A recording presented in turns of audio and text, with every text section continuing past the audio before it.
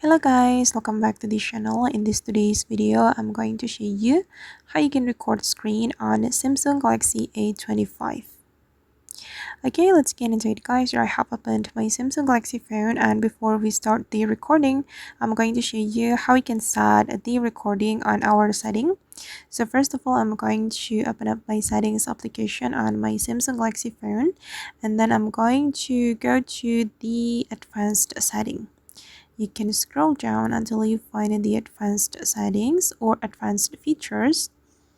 Okay, and here you can select the screenshots and screen recordings.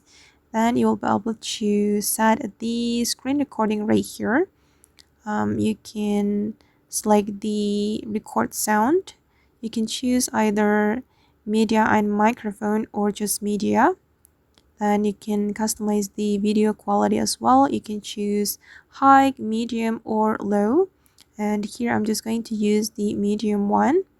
Okay, then you will be able to change the selfie video size as well. You can select large or small. And here you can show the taps and touches.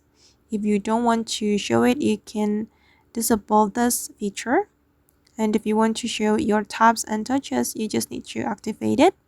And then you are going to set the screen recording location.